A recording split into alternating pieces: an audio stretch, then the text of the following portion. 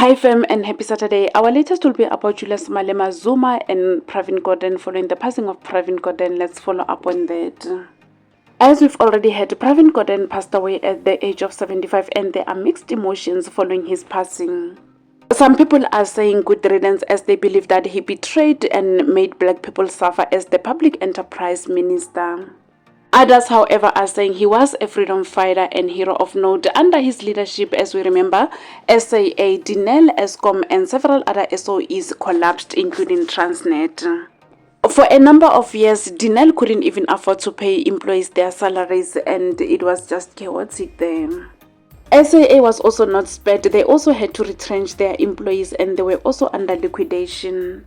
The EFF issued a statement following the passing of Pravin and they did not hold back. Here is how the statement reads. The EFF notes the death of Pravin Gordhan without any pretense of sorrow. His legacy is one of the destruction and betrayal by leading the collapse of SA state-owned enterprises. Gordhan sold out our nation's assets to private interests, leaving workers and families to suffer. His greed fueled the collapse of Eskom, SAA, Transnet, Dinel and plunging the country into crisis. They further said Gordhan will be remembered as an unapologetic instrument of capitalism who left a trail of unemployment and poverty.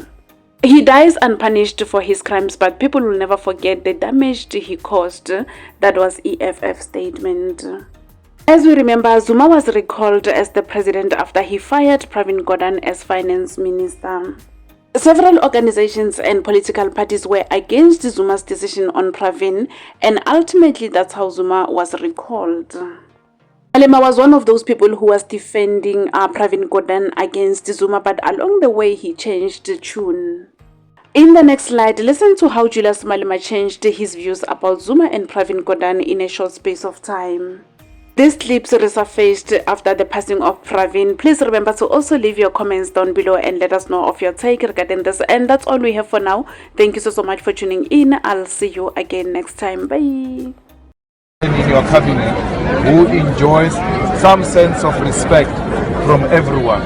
I think Zuma sitting there, he so wishes it was him who was given such a respect and standing ovations by everyone, irrespective of political differences. So if you've got such a person and you throw such a person away, it will be his loss.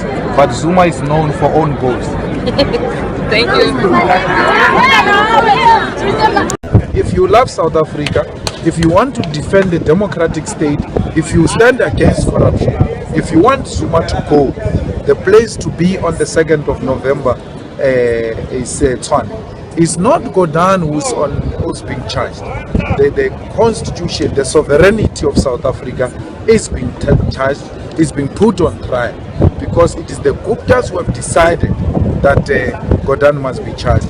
The head of NPA is captured by the Guptas and he is told who to charge and not to charge. We are all being charged from the Tule House. That's how corrupt the system is. The state has collapsed. So we need to come out in our numbers and say, not in our name, not in the name of fair. We will remove Zuma on our own, but let Parliament play its role as mandated by the Constitution.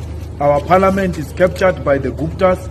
They are rendering it useless, and that's why the President cannot be held accountable. Parliament is one of the institutions that are captured. Parliament is one of the institutions that have collapsed, and therefore they will need the Constitutional Court to supervise them so that they can execute their constitutional mandate. If the Constitutional Court can supervise a parastatal like SASA, what stop a Constitutional Court to supervise Parliament if it's carrying its constitutional mandate? If Parliament is failing to carry its own constitutional mandate, let the court come in and help Parliament to carry its own constitutional mandate. But I can tell you, the dark clouds are gathering over Zuma's head. His days are numbered. He's the one who's having a key to the door where he's going to exit. And that key is the removal of Pravin Gordhan. Once he announces the removal of Pravin Gordhan and Chris Jonas, that is the end of Zuma's presidency. The motion of no confidence has been put before Maleka by the DA. Once Zuma says Gordhan is gone, then the matter is going to serve before Parliament.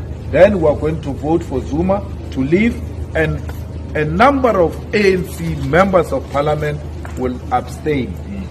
Because if they don't abstain, then they are once more proving that they are not loyal to the Republic of South Africa. If you have 70 to 80 members of the ANC abstaining and not voting for Zuma or voting in defense of Zuma, the ANC can't discipline 80 members of Parliament.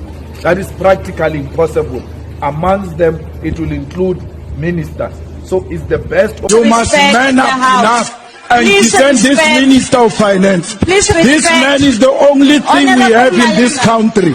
If you can't listen to this man, this country will collapse. This criminal which was sitting here is troubling this man. And if you are not going to defend the Minister of Finance and you defend the criminal, you must know there will be no country left. Let us remove and Jacob Zuma from power. And I don't understand why these ANC people are so scared of him. I don't understand why the cabinet is so scared of him. Say whatever you want to say about us. We are not going to allow Pravin to do those things of Indian supremacy about our people. We're not going to allow that. He undermines them in cabinet. Why? Because he's a supremacist. He thinks he's superior and he's more clever than all of them. And they allow him, they sit there.